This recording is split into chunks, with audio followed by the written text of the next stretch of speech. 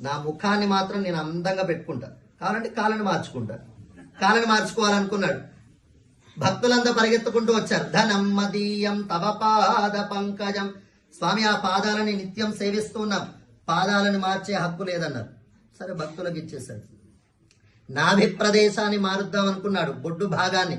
బ్రహ్మదేవుడు పరిగెత్తుకుంటూ వచ్చాడు. స్వామి అది నా స్థానం, మార్చడానికి వీల్లేదన్నాడు. ఇక వక్షస్థలాన్ని మారుద్దాం అనుకుంటే లక్ష్మీదేవి పరిగెత్తుకుంటూ వచ్చింది. తద్వక్షస్థల నిత్యవాస రసికాం, లక్ష్మీదేవికి వక్షస్థలాన్ని ఇచ్చాడు. భుజాలని మార్చుకుందాం అనుకుంటే పంచాయుధాలు పరిగెత్తుకుంటూ వచ్చాయి, భుజాలని పంచాయుధాలకు ఇచ్చాడు. చివరికి ఏం మిగిలింది? మళ్ళీ ముఖమే మిగిలింది. అంటే లోకాన్ని రక్షించడానికి లోకం మీద ఉండేటువంటి ప్రేమతోని వాత్సల్యంతోని తన శరీరం మీద కూడా తనకి స్వాతంత్ర్యము లేనటువంటి సౌందర్యం నరసింహస్వామిది. అది నిజమైనటువంటి సౌందర్యం. హరిముగన్ అచ్యుతన్ అటువంటి నరసింహస్వామి స్వప్నంలో సాక్షాత్కరించాడు. అది స్వామి యొక్క సౌందర్యం. ఇప్పుడు ఆ వెంకట నారసింహుడు ఇక్కడ వేంచేసి ఉన్నాడు మనకి. అందుకే